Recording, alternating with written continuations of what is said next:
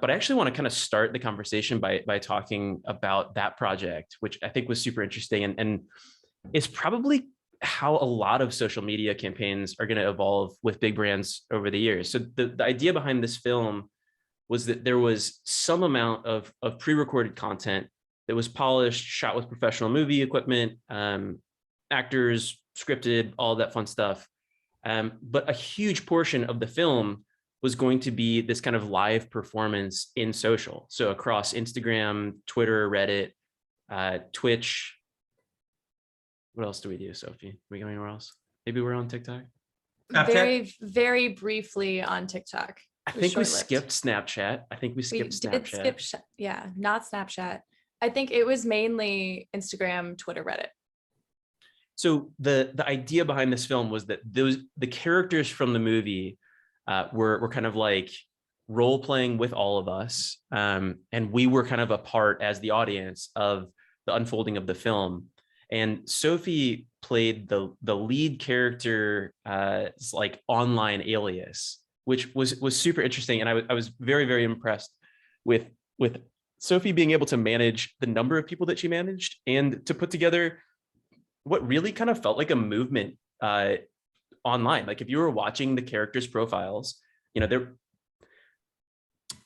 want to be kind to everyone involved in that project, because I think I speak for both of us when I say we love everybody that was involved with that project.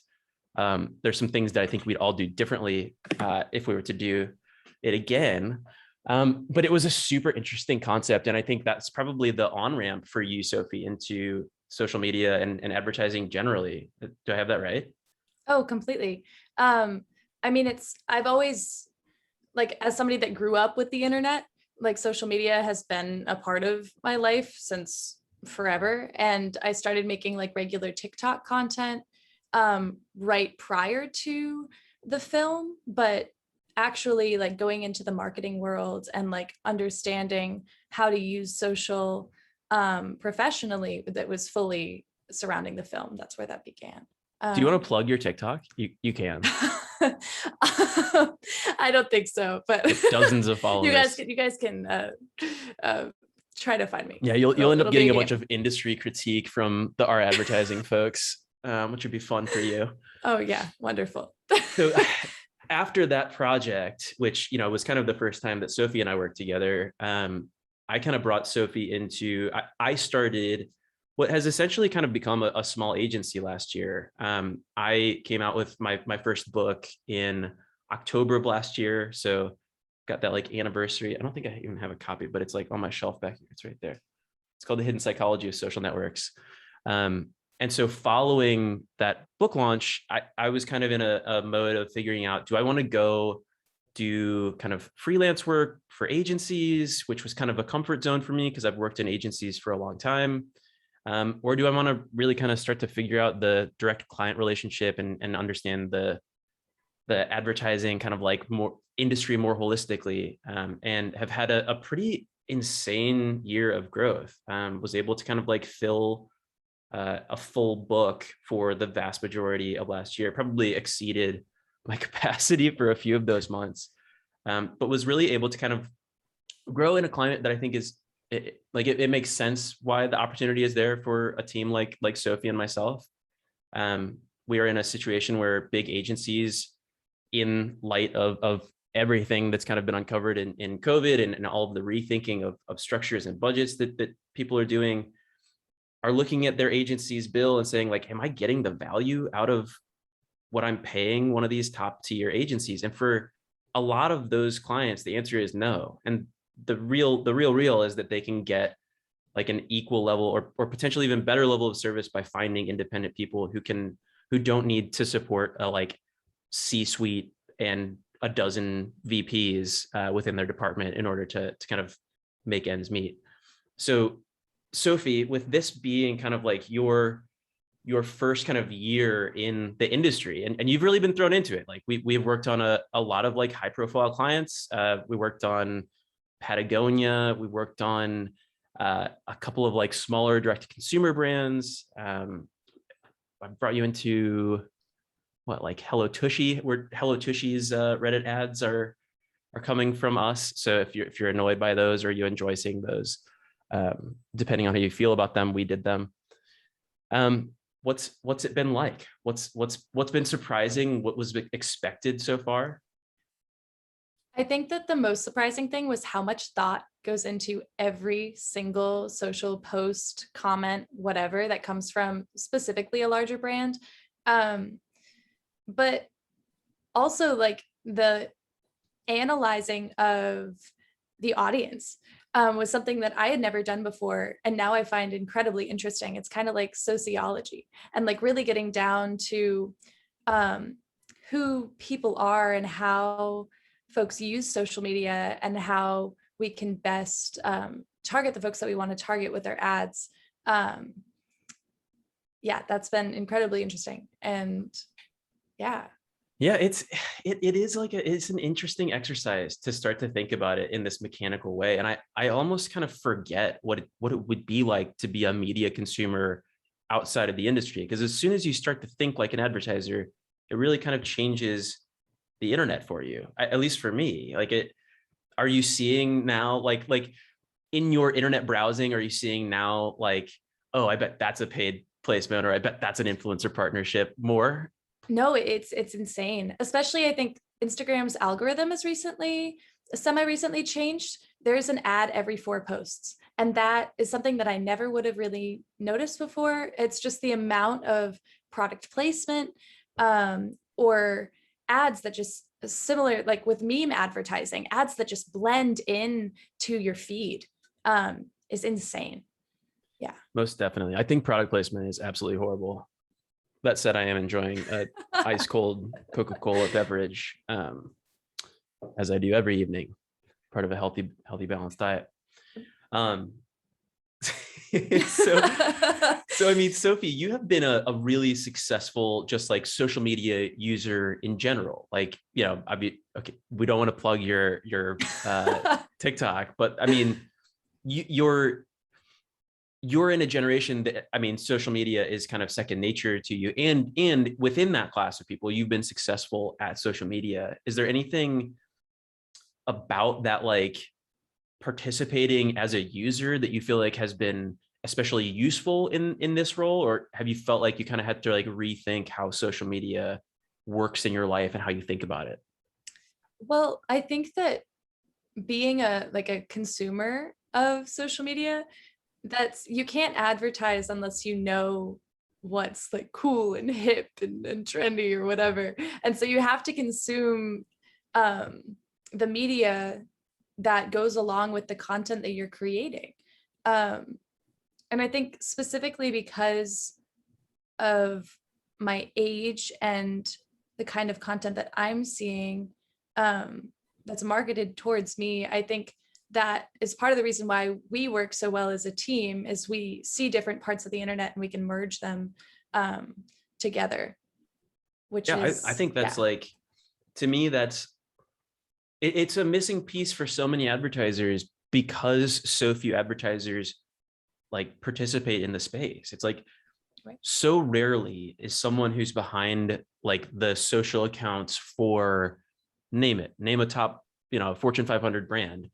Very rarely are those just humans who know the culture. And I really do think, like, you look at different pockets of the internet, and these are different cultures. Like, they have their own ways of speaking, they have their own little kind of verbiage and languages, they have their customs and norms. And when brands don't understand those things, it feels so forced. Like, in that, this like authenticity buzzword gets thrown around all the time. I think you've probably seen that in every single deck that has come from every single client that we've got. And it's like, it's a hard thing to achieve.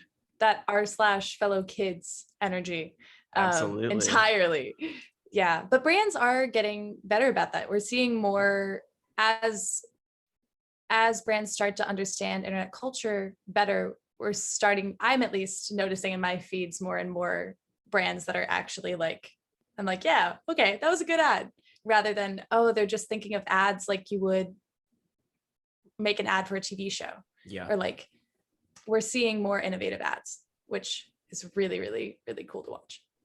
I have thought about this a ton, and I like, I wonder if TV ads look and feel so awful because they're just not made for that media environment. It's like within the media environment of TV ads are like, they're effective. Like even one of the things that we learned in like one of my first marketing classes that like sticks with me is that like those absolutely horrible used car ads work super well. Like they are extremely effective. And that's why they are run in every single city that you go in the US. It's like there is something about just getting your like name familiarity out there in front of people that like works. And within the environment of TV where you have kind of like from a user perspective, it's like I've given my full captive visual attention, I've given my full auditory attention. I'm sitting there, I'm passive, I'm watching a show. My behavior doesn't have to change between watching my show and when the commercial comes on. But when we're in an active feed, that TV commercial feels so stale and so awful. It just like doesn't fit. I don't know. Yeah. Or maybe ads were just worse. I don't know. What do you think?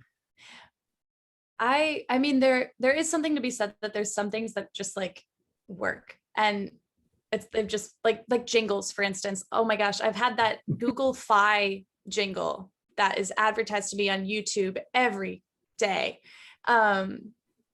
Stuck in my head. Like there's things like that where it's like if you hear a jingle enough, like it's gonna get stuck in your head. If you see a name enough, then when you go to buy a used car, that's the first name that's gonna come in your head. But I'm a firm believer that like it's difficult to make an ad that can be used cross-platform. Yeah. A successful ad on a platform should be made for that platform and then edited or rethought when it moves to other platforms. It's when you see like brands who use the same image on Instagram that they use for like their catalogs that they mail to people, where it just feels so out of touch. Yeah, I agree with that. For the record, those jingles, like there was a whole marketing science behind those. One of the people who encouraged me to like pursue my book, I think her name is Colleen Fahey, has written a couple of like books about sound marks that are super interesting. And it's just like and I think this gets to like a point that you made earlier, Sophie, that it's like the depths to which people have thought about every little thing in this industry is mind-boggling. And in some ways, it's like it's these like really like useful structures of like marketing science, like P&G, right? Like it's like people who've worked in P&G come out with this like pedigree and this ability to kind of just like tackle a new brand building project because they have this like amazing depth of knowledge. But I think this like lack of authenticity also kind of comes from that place of like having totally overthought and overworked the things that we're making. Like one of the things that we were going to talk about today, I'm just going to pull it up because I think we should, it's like, we're here, was the Duolingo ads, which I think are just like, I didn't see that coming from Duolingo. No. But it's been amazing. Yeah. And it's so authentic. It feels so authentic. And it does. And I wonder if they've lessened all of the bureaucratic hoops that the social media manager or copywriter would normally have to go through, because a lot of what I've seen feels so in touch. And a lot of the time when you have to take all of this time and energy to talk with this person, that person, the other person, just to approve something, by the time it's approved, it's not trending anymore. Totally.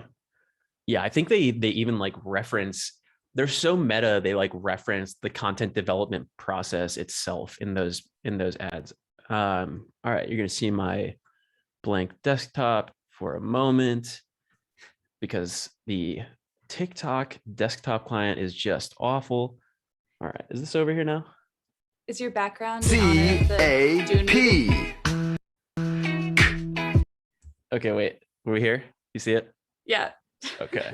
This is my favorite one. This is like, yeah, this one. I'm gonna be honest, like some of these memes I like don't fully understand, and I think they're they're a little bit forced and that they're like trying to like get into like the trending sounds, but this one I kind of love that they have this best. giant stuffed animal as instead of like a normal human person, and they're just like throwing it around their office. I think that's hilarious. It's such a good solve for the like Paying the an actor. yeah, exactly. Yeah. CAP.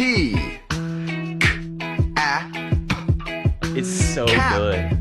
It's Cap. so good. CAP. Cap. CAP. All right, for any boomers listening, if you don't know, cap means like you're lying. So it's like he's making fun. The bird is roasting people who are not doing their lessons, which it's like this And is they're like using branding that 101. sound. It's like, That yeah, sound go, was go. trending. That sound was trending, and so already. So it wasn't like that was even something that they had to make themselves. They just used a trending sound, and yeah. Which I think is like a piece of the secret of like succeeding on TikTok, right? It's like That's like, yeah. it's so much more important than the hashtags you're using. It's the Yeah. place that you're it's the reach driving vehicle on TikTok is like, are you using a sound that's trending? And like, have you found one of those like high velocity sounds that doesn't have this videos yet? I feel like that's the Yeah, but then is going to catch up to you. Yeah. Exactly. All right, so what else do we this is another absolutely hilarious Duolingo win that we're gonna have to share here. This is like so like they're super meta, which I absolutely love, and they are well aware of all of these like brand interactions that are happening all the time, right? So this is this amazing thread that they hosted where they're like, okay, we're gonna make a meta joke about how these like brand accounts kind of circle jerk among themselves. Forgive my language. And in the comments of this is going to show up as another TikTok, but it's really just a highlight of one of the exchanges that's happening in here. Is this absolute because Duolingo woke up and chose violence. Oh no! Oh yeah, the Real sound. weird. No, because Duolingo woke up and chose violence. You don't like that. Absolutely not. TikTok. Absolutely not. Absolutely not. Okay, we're gonna try this one more time. No, but what was great about No, that because was it's Duolingo like woke everybody up wanted and chose violence. No, because Duolingo woke up and chose All right, violence. so if you can't read this, right? No, because Duolingo woke up and chose violence. Chick-fil-A is that Chick-fil-A responds to their brand prompt and says they're bringing a nugget tray and ask what sauce they should bring, to which Duolingo responds, rainbow sauce only, please, which is a roast of their stance on LGBTQ issues, and in a way that's like subtle and like roasty, but not like, but like within the realm. Like it was great. And then that became a screenshot that then went viral on numerous other platforms, because I think it's really interesting to see brands interact with each other, but specifically in this case, who doesn't love to see a good roast? Absolutely. It's great content. It's so funny. It's like back in the day, back in like the ye old times of social media management, rule number one was like, not only should you not interact with other brands, but that like our legal teams were like, you can't show other brands in photography. Like you can't.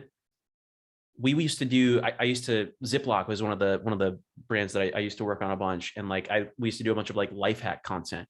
And if we had used like glue in something, or if we used cheese in something, it's like no logos, no mentioning other brands. And here now, brands are just full circle. And it's like, how much is it just brand social media managers like talking to each other? It's like how much marketing is getting done in these conversations? And I think it is funny because now people understand that it's like some person who's in charge of running these accounts, and they're finding it comedic. They're like, oh, it's like Kyle that runs Duolingo, and like, oh, Kyle, how are you doing? And that becomes a meme in and of itself. There is this to go back to your fellow kids reference. Actually, why don't you like, yeah, we're like a little jumping around here, but why don't you explain what fellow kids is? Can you like what? If I had never heard of Fellow Kids, how would you explain that community to me? I would describe that as like somebody, an older person trying to relate to younger people, or in this context, an older person trying to make ads that relate to younger people without understanding what it means. So they're using lingo, but maybe slightly wrong because they don't understand it. And it's very obvious to the audience that they're just trying to relate to a younger audience. So yes, absolutely. Brilliantly said. It comes from this scene in 30 Rock. Yeah. Where Steve Buscemi, who is perhaps the least teenagery looking human in the world, is in a high school hallway, like trying to be like, how do you do, fellow kids? And actually, one of my favorite plays on this is the Bagel Bites brand did this thing where they're like, they fully embraced the character of like the Bagel Bites marketing guy had lore attached to him. This is way back in the day. This is probably like 2016. Bagel Bites had this like bull run of just being an absolute meme lord. And they were so self-aware. So they're like the comments on their Facebook posts, which would go viral like once a week, were always like, oh, Bill, the 40-year-old marketing guy, and like they'd make jokes about him and like make little sub memes about who this marketing dude was. And then the brand goes and like does this thing where they like fully embrace the meme and actually photograph their like 50-year-old brand manager with the skateboard. It's like one of my favorite Fellow Kids nods that's ever been. Yeah. So do you think that stuff is effective? Like, so, I mean, you're in a generation that is like much more savvy about social media. I think much more so than like the boomer generation understand that like behind a social media account is not the CEO. Jeff Bezos isn't running the Amazon Twitter account. It's like some human. Like, what do you think of these like stabs at humanizing through this kind of like character development? I think that when it's done right, it's done right. But also going back to the project that we worked on together, the first project that we worked on together, that astounded me surrounding how oblivious people still are. And our audience was very young. And I was just amazed by how little people actually were aware of what we were doing, and that there were larger things at play and that it wasn't real.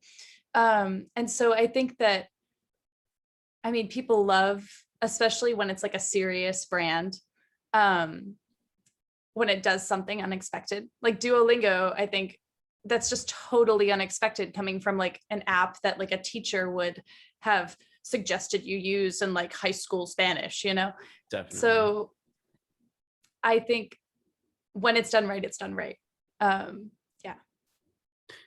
Yeah. I mean, I guess I'm curious, on average, so you have a strategy like that. And the pros and cons are, the pro is you have this now, like, so Duolingo gets to be like super flexible. They're fitting their kind of marketing message into all of these kind of meme formats, and it drives a ton of earned reach and sharing. But those are individual people. Like, if those people leave the team, it's not as if there's some like well-built marketing machine that just knows how to churn out incredibly like hot memes. It's like they're so beholden now to the people and personalities behind the account that in some ways it makes them vulnerable, right? It kind of puts them in a position of like, how do we guarantee we our next hit, or in the longer term, like that our team in 2 years is able to do the same thing that our team's doing now? Yeah. And I mean, I think there is something to say about now, like every brand is kind of doing the social media manager thing. Like everybody's kind of exploring similar ways of using like Twitter or their comment sections. And so we are going to come up, I think within the next year, of a point when that is just old to who we're advertising to. Like, it's not funny anymore. As much as I do love the self-aware, like I think it's hilarious, the self-aware like brand manager, Kevin, whatever. If every brand is doing it, then you're not going to stick out. So it's like That's this a- yeah, constant that's a great point. adapting, this constant adapting. Because it's only funny in like relation to the other, like how stale other brands are. Yeah. Yeah, Era, go ahead. So yeah, I was just when you showed us the Duolingo ad. By the way, how old is everyone here on this particular call right now? Oh I'm no, 26. that's privileged information. We're not allowed to reveal age. Okay, fine. So the way I look at it is with certain ads like these now. So I guess they are being relatable to younger their audience. If they are on TikTok, I mean, their audience is the younger generation. Like it's someone below the 20s, below their 20s, right? Or from the 20s to their 30s. Am I correct in on average? But I like there's definitely like TikTok has surpassed Facebook as like the #1 most downloaded app. It is up there. It's in the big leagues now. So agree. And I think, particularly for brands that are like playing there, it's like, if they're briefing correctly, that's who they're trying to like engage in that space. But I don't necessarily think that the other audiences are ruled out. Sorry, that's like a side of what your point is. Like, keep going. The way I look at it is, okay, they've made something relatable and it's funny, I guess. But when you look at advertising, when you like look back at the previous years of advertising, right? And when you talk about certain, like I come from India, so I know all ads. So I remember certain specific ads from India. And one of my favorite filmmakers is David Lynch. So I remember some of the ads by David Lynch. They didn't air in India. I've seen them on YouTube. But the problem with making these ads is that they are just like bite-sized pieces of content at this point. Like everything has to fit within the 5-second frame of things. So it has to go for, if you're making an ad, you have to chop it up and make it into something for TikTok. So my entire point is what is the longevity of these particular ads? I mean, because after a day, I'm going to forget about it. Even not after a day, like after 2 hours, maybe I'm going to forget about something like this. And how is it benefiting Duolingo while making relatable ads? Like people will probably go on their app for a day and get bored and just log off. Like, I mean, well, so I mean, there are a bunch of marketing problems tangled up in what you're talking about. I mean, in one sense, there is the like, how viable is the content, right? And what's it tasked with doing? So, kind of in relation to the what we talked about earlier with like being Sophie, when you guys just started speaking, and so you informed us that Sophie did this online persona thing, and I get it. That's like a long form storytelling thing, right? So I understand that you have to be on different social platforms. This is something like what Poppy did, right, before she became like a music star. So so I understand when you that way, but I mean, what creativity is exactly being used when making these things? Like I can ask someone right now outside my dorm, and I can just ask them like, what is the meme that they particularly like, and they can just tell me, and I can just make something for that, right? So I think like, so I mean, there's a lot to cover in this, right? So in one sense, you're asking like, what's the effectiveness of an ad that gets how is it converting? Some of their ads are getting 10 million views, right? So it's like there is in the scheme of marketing success, there is like, we could imagine a spectrum from like density of your message to breadth of your reach, and usually you're making trade-offs there, right? Like you can't just go out into a social network and achieve any kind of earned reach if all that you're doing is talking about yourself and how good your products are and what there's a sale coming up. Nobody gives a shit. Like nobody will engage with that content. On the other side, and this is a point that one of my strategist friends in the agency world used to make all the time, is like, if you optimize too hard into engagement, you will always end up at cats and porn, because that's what the internet likes the most. Like that, you will get there if you just follow the engagement. So to me, the solution to this is that you need to build a brand framework. You need to build a social strategy. This is a huge part of what I do and what Sophie and I work on for a bunch of brands right now is like, and a social strategy ought to be a framework, right? So it's not, here is what we are going to do. It's not a roadmap for every post that's going to come up, or it's not a creative briefing. It is, here is who our brand is. And these are the attributes that we feel represent us. And these are the beliefs that are at the core of our brand. Then from that as a starting point, going and finding what are the culturally relevant pieces of information out there, or what are the culturally relevant memes that are trending and getting a bunch of eyeballs. If I can find a way to take the meme machine. So I in my book, I write a ton about memes and the origin of the word meme in evolutionary biology. So you could say that like a meme is just an idea. Basically, that's like what Richard Dawkins used that word to kind of coin, because he says there's a new evolutionary process at work.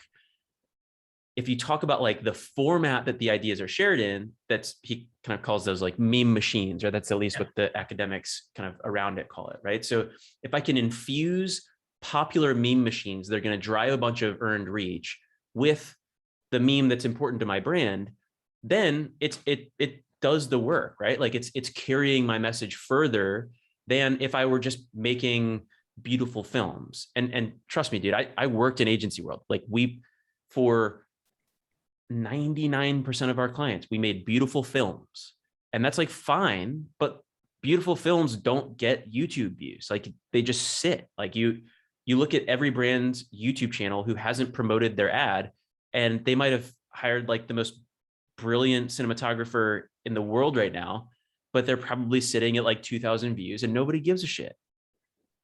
All right. What's your rebuttal? I see it cooking. Oh, okay. Sorry. No, you get. Oh, you were not okay. No, when you spoke about views, and even initially when you spoke about the Duolingo ad getting a lot of views, I mean, that's my question is, if yes, you will get a lot of views when you like make something like this, and when it's like very relevant in a sense of pop culture, but like how does it convert is what I'm trying to figure out, because I really don't see a lot of conversion within those ads. Yeah, there won't be conversion there, but you know, there needs to be an awareness layer too. So yeah, the brand familiarity. There's Facebook was able to achieve a huge boost in its ad revenue when it developed this tool called the reach frequency tool. And it was I believe it was inspired by a P&G strategy about how to maximize the efficiency of your media dollars. So they were looking at like, given like a Facebook feed, how many ads do I need to put into your feed before you're going to click on it and buy my thing? And the answer is almost never one. Yeah. Like someone needs to be familiar with you. The more often somebody like has your brand name in front of them, the more favorable they think about you. Like that's just like psychology 101. So the more familiar, the better. And for Duolingo, I mean, you know, I haven't gone super deep on every single piece of content to like say that this is what their strategy is, but in the one that we looked at where it's like CAP, and they're kind of like, they're ribbing people who aren't doing their lessons, there probably is like an issue where Duolingo sees someone download the app, do a couple of lessons, get frustrated or forget to do it for a couple of days and then skip it. And so they're probably activating on some sort of insight that says, you know, part of our goal is not just getting acquisition. It's not just getting app downloads, it's getting app usage up. And if we can take something like, oh, I feel shameful for having skipped my lessons, into something silly and relatable that I can laugh about on TikTok, then, you know, it starts to kind of break down that feeling of like the guilt and shame that I have for not opening the app yet. Or maybe the Duolingo owl like threatening to kill me scares me enough that I actually do go open the app. Like maybe that's their strategy. I don't know. I'm not working for them. Yeah, I mean, for me, advertising has always been like a very, very creative front, so like you can just like go and do almost anything when you have to do it. You can't do anything, but like in a way, like you can just explore things and try different things with ad. But the way I look at it with advertising nowadays is it's not really effective in a way that it is supposed to be, at least not artistically, because like, I mean, long form advertising on TVs are like annoying anyways, but like even ads on like Instagram and TikTok and whatever, they are not that effective if you think about it. If you just take a step back and if you just look at them, they are doing a lot of harm. I don't know, man. But psychological again, harm. I think they're probably doing psychological harm, but I mean, you can't argue that they're not effective. Like they're more effective than any ads that we've seen. But then again, it's okay. Wait. Olivia's got her hand up. I want to let Olivia get a little get a comment in here. Oh my God! Hello, everyone. My internet Welcome. works at the right moment. This is so juicy. I think what I've been listening, and I think what Sophie said earlier is if it's done right, it's done right, and that actually goes back into talking about conversions. If it goes into the lines of purpose of platform, right? Like so. You have Duolingo who's on there on TikTok. And obviously, if you're a Duolingo user, you're probably a TikTok user too, in some sense, right? And like, if, like influencer marketing, they use TikTok of like telling everyone like a too long didn't read snippet of their day, but then check out the rest on YouTube. And I think for like brand familiarity is another thing. And like, platform with purpose, like you wouldn't want like a public library on Twitch or Discord. Like you have no purpose there, right? Like it's a little reaching. Or if Nike was on Discord, unless it was like Nike women's soccer and there was like something that connected that. But I think there are conversions, and I think to challenge you, Arrow, I think you're seeing a lot of shitty ads. That's just the point. You're just seeing shitty ads. And like if you really look into it, like Duolingo and all these people on TikTok, and I think there's a threshold as well of like brands saying, fuck it, we don't have to be prim and proper. We don't have to be Stephanie for proper anymore. We can be more tangible, right? So I think when you learn about the word branding, it's like, it's a gut reaction. Also, it's not tangible. I feel like a lot of brands are being more tangible because they have a personality. But I am kind of stressed about the job security part, because one person has one flavor, and if they leave, they can definitely tell that they got a new copywriter, right? And myself as a copywriter, I'm like, oh shit, now I have to think about this. Yep. So yeah, and then you got to try to adapt into somebody else's voice, and then But Olivia, don't you think like a lot of these ads, when like everyone's trying to be relatable, it's like that Ryan Reynolds brand of comedy, right? Where it's always like constantly like you're self-referencing yourself.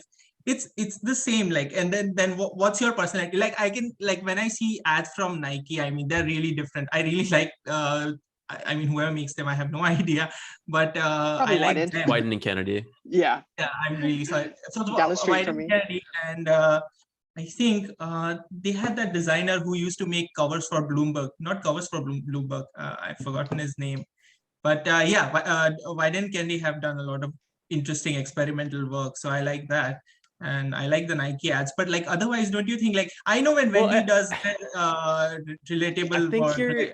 I want to stand up for the shitty ads, because I actually think, like, if you were to look at a lot of the ads that I've made for my clients, the shittiest looking ones are often the top performers, because it's not about polish anymore, right? It's not like if you are in a movie theater and you are waiting for like the film previews and shit, you expect a beautiful cinematic.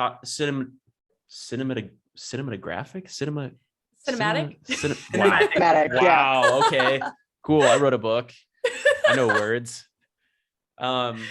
You're like ready for a cinematic experience. But if you are scrolling through a feed of dank memes, you're on r/dank memes, some long form film that's like beautifully shot does not feel relevant to the content. It doesn't feel relative to the feed of stuff. And so even if something is like some of the stuff that we promote is for Tushy in particular is like, it's literally just like popular meme formats. We did a Chad versus Virgin. We did a like Buff Doug Trio meme. Like we've done weird shit, and it's effective because it speaks to the culture. I think one thing to also add though, the conversion part is what conversion are you looking for, right? Are you looking for great performance on all the on all the shits? Are you looking? I forgot if we're not allowed to curse on here, but oops, sorry YouTube. Dude, yeah, Are we we're cursing. looking at like great? Are you like looking for that one conversion, right? Like Nike, like what Sophie and Joe you're saying is like where, like what's the number one thing you want them to do? Go buy the pair of shoes. Go buy the, you know, increase, like I don't know, buy the Yes, stuff you see on TikTok, right? So I don't know.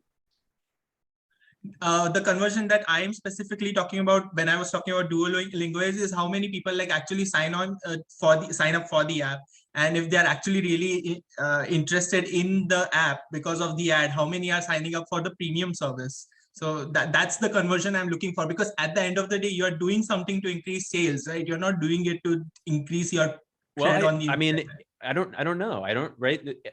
If Duolingo, imagine a situation where Duolingo maximizes its conversion rate solely based on downloads, right? Now, let's say that like Duolingo has a lapsed user rate of like, I don't know, like 80, 90%, like it's probably really high. If they were to pursue a strategy where they're only tuned in to growing downloads, they're going to end up with this empty shell of an app where a bunch of people have it on their phone and nobody uses it. So getting regular in-feed, just moments of like brand recognition and brand engagement is probably like really valuable to an app that has to like measure its success, not just on a download rate, but like every app is looking at its daily active users, its DAU, right? Like that's the real metric that brands and like sponsors and anybody who's interested in eyeballs really wants to pay attention to. Yeah, I think not only is it like a reminder to open the app in the first place when you see it in your feed, but also the amount of followers / if a brand is verified is verification for the app. I know I just said a brand being verified is verification, but you know what I mean? Like it validates. Olivia's the copywriter here. Yeah. Thank you. Yeah. Good. I can do what you do. Well, maybe. But it's copywriting is hard. But oh my goodness. Sorry, we totally derailed you, Sophie. Totally derailed me. You're talking about verification, validity, credibility, belief, yes, trust. it makes the app credible. Thank you. Yeah. But I writing's hard. now I feel a need It to is like hard. devil's advocate our side, because I agree that like with Arrow that there are a ton of not thoughtful social strategies out there where like brands really haven't thought through what they're doing. They're grabbing at attention, they're grabbing at engagement, and they're not starting from that core base of like, who are we as a brand? Like, how do people think about us right now? And how do we want people to think about us eventually? Like, I think those are kind of like the basic questions, but it's like, there's lots of examples where, you know, brands are grabbing. I have a question for you guys, since you've all worked on like big projects and whatever. So how do you manage the mix between putting something of your own artistic merit and putting in whatever a creative director might be telling you, or maybe what the company's in-house brand manager might be telling you? How do you make sure that the balance is just right so that your creative instincts are also fulfilled within that particular thing and the other person is also happy? Olivia, I kind of want to hear you go if you want to give a thought. Oh my God. I see it in your eyes. I'm on the same playing field, soccer field as Sophie, my first year in ad, and I think it depends on your client, right? Like, what is it? What do you believe in, right? Like, at the end of the day, best idea wins, but you forget that at the end of the day, what client wants, client gets, right? Like, baby wants, baby gets. Like, that's it. And I think the thing that you have to remember are, you know, what does your agency say? What does the people you work for say? Like, what is the deciding factor on that? And right, you have like other people, like your account managers and other stakeholders who are going to be there to help you see through that. And I think like, I would say that like the balance is what the client wants at the end of the day, because you just have to remember that for yourself, like yourself as a creative, don't get stuck too much in the feedback. And like when people say, I don't like this idea, it's not that they don't like you, it's just they don't like that, and it's not a good fit for them at the time. But we also have seen, and we see often clients want things that are not going to do well, but that's their business, right? We're doing the ad part. We're not doing their business development part. Well, I think that's like exactly right. But I think, and the hard part of working in an agency is that like they're hiring you because you're good at what you do, because you're the best at what you do. Like that's, so to me, you know, there is this like due diligence of like putting your recommendation out for what you think is best and why you think it's best.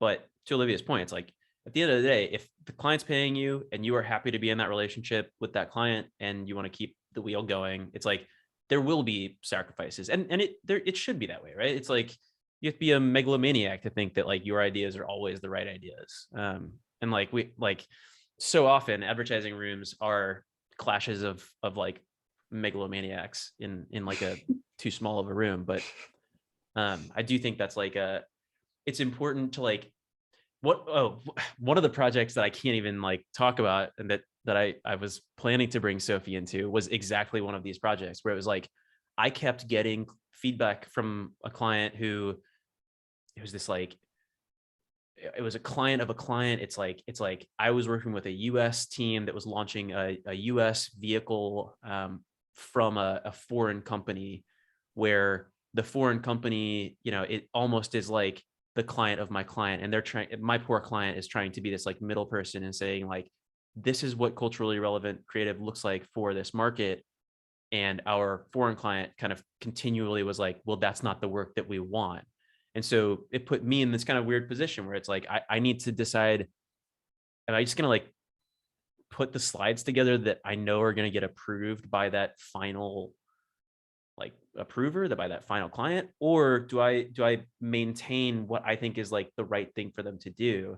And it was this dance between those two. Eventually, like I will never put a strategy out that I think will fail. Like I don't feel like I'm doing my due diligence there. I can like kind of put out my perspective and say like, maybe this isn't the right like working relationship for us, which is a privilege that I get being independent and owning my own thing. But I think even in agency world, the vast majority of the time, the client respects when you come with like, here's my perspective, here's why I think what I think, and this is why I think, you know, X, Y, and Z is like the wrong decision, or why I think we ought to like leave some room to test A, B, and C after the fact to see what our performance difference looks like. Does that answer the question, Arrow? Definitely. Cool. That was a really good discussion, dude. Thank you for sparking that. And Olivia, thank you for like being our resident creative. Woo. Yay. I wanted to join us last year too, but I didn't make the cut, so I'm glad I made it here. It was so like we were so in over our heads. We thought we were going to get like 50 applications, and we got like 1,500, and it was like we're like two of us trying to like go through everybody's like things, and there was some point where we were just like, okay, I mean, I can only click on so many LinkedIn profiles.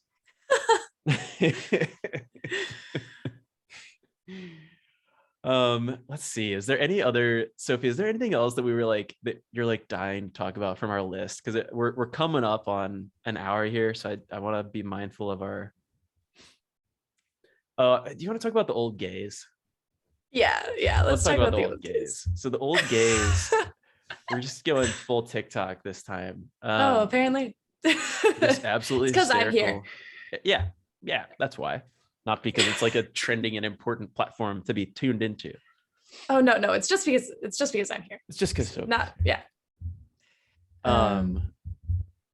go ahead, Sophie. I'm gonna get a tab up, but you go ahead. Do you want to intro the old gays and like kind of where they came from? I think we better show it. I think it's best to be okay. Rather than talked about. Let's show a couple of the original ones that have gone viral on TikTok.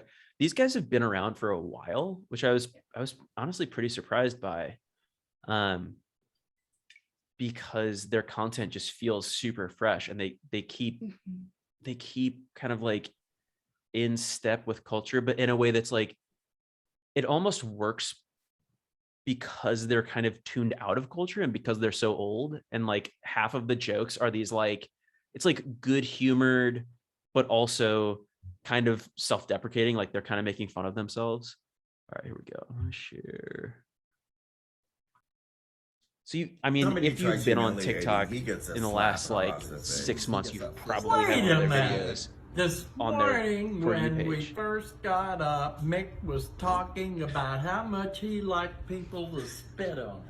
Well, that's not humiliation. So it's that's like an these, like- adoration. It's these 4 characters, and they The it first seems like time they're it very happened to authentic me, with it was themselves. just It at the feels that height way of to me. everything. I don't know. Do you think it's an act? I was humiliated. I wish somebody would even think of spitting on me. You did. I don't care if you playing. I That's mean, I'm still I trying like the to movies figure with the out really hot if guys getting they like really are banged and he opens his sponsored mouth and by the top just Grindr spits and right are into his a mouth. ad I creation. think that is so That is what I'm trying to figure out. hot.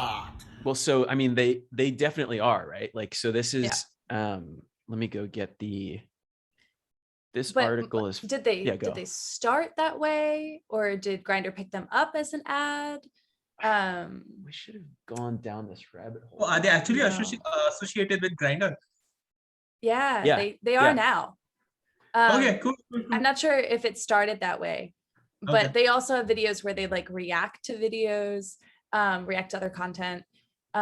It's just really, So yeah, this their is- content's great. It's hysterical, and it's like it does seem like it started as a Grindr integration. For a brand to have an account go viral like that and to like be a maintained like viral hit, that is such a home run ball.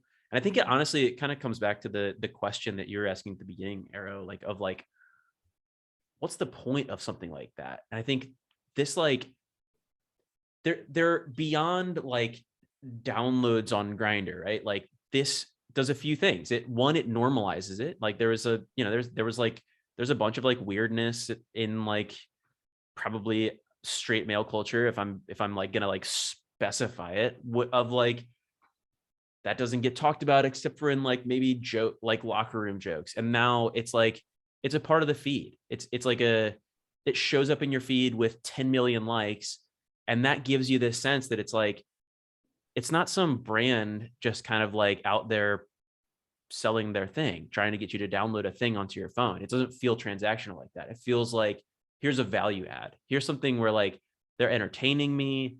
I'm happy to get that content. Like it's culturally relevant and funny.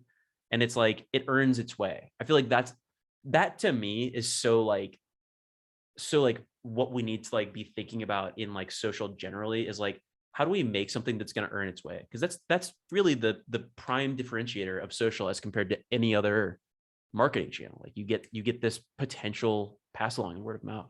And I think part of this is all of the videos that these old gays have made is content that would have done well on the internet, even if it wasn't affiliated with the brand. Like it's content that people would just gladly consume as content. And that's what makes it such a great ad, even if sometimes they don't even mention Grindr and you wouldn't even know they're affiliated. It's like little bits. You subscribe for the content and then you're like subtly advertised throughout.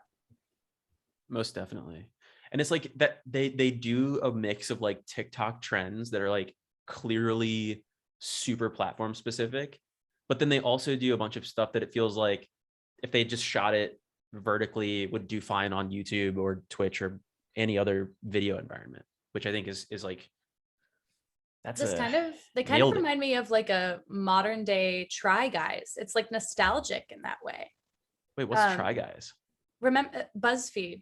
They had these like four male YouTubers that made wonderful content that was really big in like early 2010s, I'd say. It was big when, yeah. They I think those were the same guys who are making the Worth It series, right? Yeah. The which Yeah. series? So they would like compare like a $1 steak with like $100 steak. I think they were those guys. Yeah. Got it, And so got it's it, got taking it. like a format that people have seen before. It's like And they like a TV show, 4 main people, and you like pick your favorite or whatever. Yep. And Choose your fighter. yeah, making content that is what like just entertaining to watch. Yeah. Yeah. Definitely. Well, this has been super fun, and I'm like hopeful to see you all again the next time we do this. It probably won't be next week, but probably the week following. Um, I kind of want to end on like some weird question for Sophie. Sophie, what's the most, without giving away any personal details, what's the most awkward call we've been on so far? Awkward call we've been on so far. Maybe we haven't had very many awkward calls. We've had pretty most good of our clients calls so go far. pretty good. Yeah. Yeah, all of our clients have been lovely. That's a lame answer.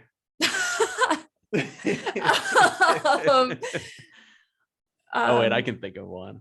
I mean, if I can just like modify that question a little bit, like, Yeah, has there please. been a call like with a client, like once you were done, you just kept wondering, did he really ask us to make something like that? He or she, whatever. I mean, I feel like seeing your some of the memes that Joe you've made for My Tushy, I'm like, wow, that like this is I think that's probably the weirdest content that yeah we produce is for Hello yeah, Tushy.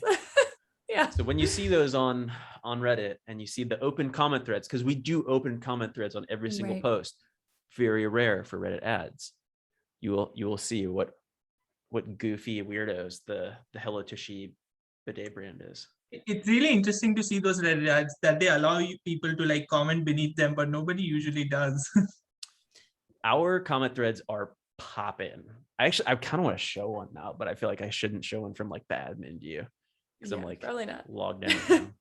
I just Googled them. Who wrote? Did you write the line "Happy Holy Days"? So mean. Okay. Oh my god. Like I would write some shit like that. Oh, dude, they God. sell this T-shirt that says "Ask me about my butthole." It's just the brand is absolutely hilarious. But isn't it Mimi though? Because like, ask me about my wiener from that one movie, right? Oh, is that a reference? maybe. Oh. I thought it was just funny, but now maybe there's another level to it that I don't even know. Yeah. On that note, Yeah. well, see you guys next time. All right, I'm gonna stop our